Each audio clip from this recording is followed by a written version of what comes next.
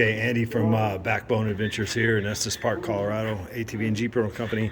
I have a fleet of KRX 1000 machines, and one of them, customer hit a rock on the back part of the skid plate, caved it in. It's pretty weak metal actually, and the transmission, bottom of the transmission only sits about 3/8 of an inch off of that piece of metal, and caved in that metal and cracked the case.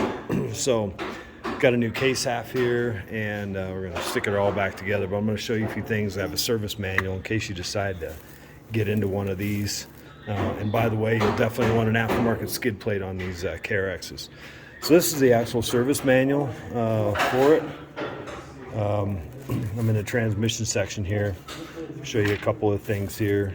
You can pause this video where you need to and maybe kind of look at some of the stuff in detail. The breakdown, of course you can see that in any of the parts houses. Stuff here. This gets into 1.4 quarts of oil. This gets into some of the specialty tools you're supposed to have.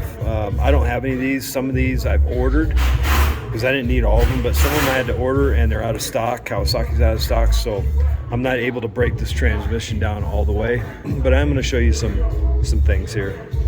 But some of these I'll show you. To do that new case half that cracked, I had to get a new case half. When you take it off, this is the old case half here. These three bearings are in this side of the case, and they're pressed in. So if you're going to service your bearings or something, and you don't have a cracked case like I do, and you need to replace these bearings, you're going to need some sort of a puller to get behind them and get them up. Those three bearings, and there's a race right here too, which I'm sure you wouldn't have to replace. I had to do a new case half, so I got new bearings and a new race, and pressed them in using just a Harbor Freight press, you know, we use for like wheel bearings and whatever else. They don't press in too hard, they go in pretty well. You just have to get some different pieces of metal and things you need to kind of get the case, you know, leveled on the press somehow or another, so you can press against the bottom to get those bearings in there. Just make sure you get your race in the right spot. I did it wrong to begin with, so I had to cut it out right here, but just an idiot, wasn't paying attention. Any rate, also when you take that case apart, you're going to have a spring, and that goes right inside of there, and it pushes against this shift drum. So just keep track of that, you don't lose that. Unlike on the Polaris where you have to do your shift mechanism, you have a spring there as well. You have to do your shift mechanism, take that apart to get the case cracked. You don't have to do that here, it's just the one side of the case. A bunch of 12mm hex bolts and 14mm hex bolts. In the manual they call them, you know, it's an 8mm threads, 10mm threads. I'll get to the torque specifications here in a minute, but unlike the Polaris where you can start right here at the secondary clutch shaft here, and you take that out and then you can work the rest stuff, work it from this way back in the Polaris. In this one you have to go the opposite direction. You have to start over here with the bevel gear, so it's going to be a little bit more involved getting all that out. But these are the tools again that they're calling for. This just tells you how to take the tranny out of the machine, and there is one of these 14mm bolts that's going to have to come out of this case to be able to finagle it out. And I do have a video on YouTube on how to take it out. It's fairly simple, I guess, not too crazy, but go through a couple other pages here. So here's where you start, which is here. Taking that nut off, so you're going to work from this side over to get it all apart. If you have to replace a gear or something like that. If you don't have to replace a gear, then you know. And if you do have to replace your bearings, if you're going in to service your bearings, you just use an air chisel like this, get behind them. You can use a puller too if you want. Either way you want to do it. I haven't done bearings on this yet, so This one might be a bit, no, I can come through there to get to that bearing. I don't know about the bearings at the bottom of the case, but I'm going to flip through this manual so you can look at the pages. The shift drum, I want to show you something. So when I took this case half off, what happened here, here's your shift drum and here's your shift fork. So this little peg goes in right here in this slot, and this peg here goes in that slot, and then there's another one at the bottom. Well, what happened is this moved over, and this whole peg here flipped up like that, moving this over, and I had an angle with the screwdriver to get the sucker back in there again into that slot, and that was kind of a pain in the ass. So be looking for that when you go to put your case back on. If it doesn't go on, it's because that son of a bitch pops out. So be on the lookout for that. So at any rate, I'll show you some more of these pages, and you can, like I say, you can stop, take a look, figure out what you need to do. Moving on. Here's where you start getting into your doubles here.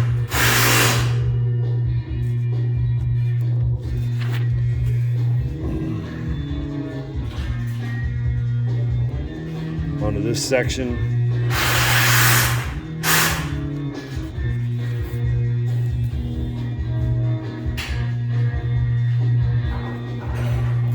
And then we're going to get into torque specifications.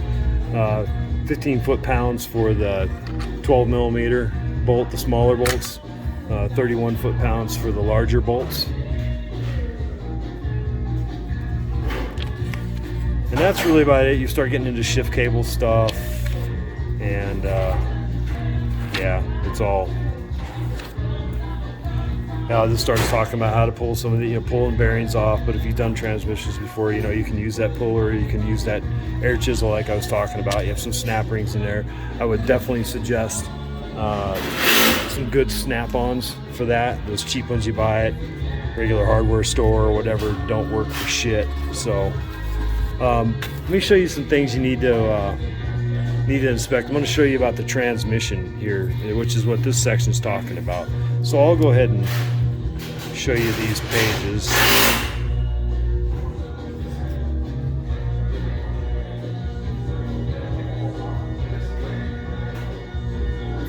Hopefully you can see all this. Sorry for the lighting.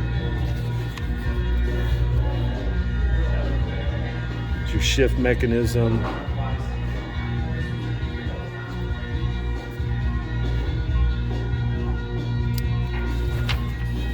There you go. So now I'm going to show you how this transmission works. So this is your primary section, your transmission, shift drum, shift fork, obviously. Secondary clutch. This is low gear, and this is your shift dog here. So currently right now I have it in low range. And this shift dog is down, engaged into the low gear. You shift it again. Over here is your reverse gear in between, in the middle. And like the Polaris RZR Turbo, you have a reverse gear rather than a reverse chain like you do in just the regular XP non-turbo machines. So that's nice, obviously. So again, reverse gear here, and when you shift that into reverse, there's a shift dog underneath, and it comes up and engages into that. And at the very bottom, if you can see down there, is high gear. And that shift dog comes down and engages. Like I say, right now I'm in low range, and then neutral.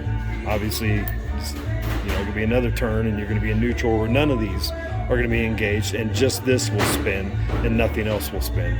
So that's kind of how the transmission works.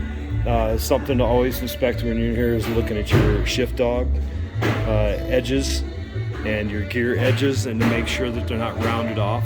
This machine only has about 800 miles on it.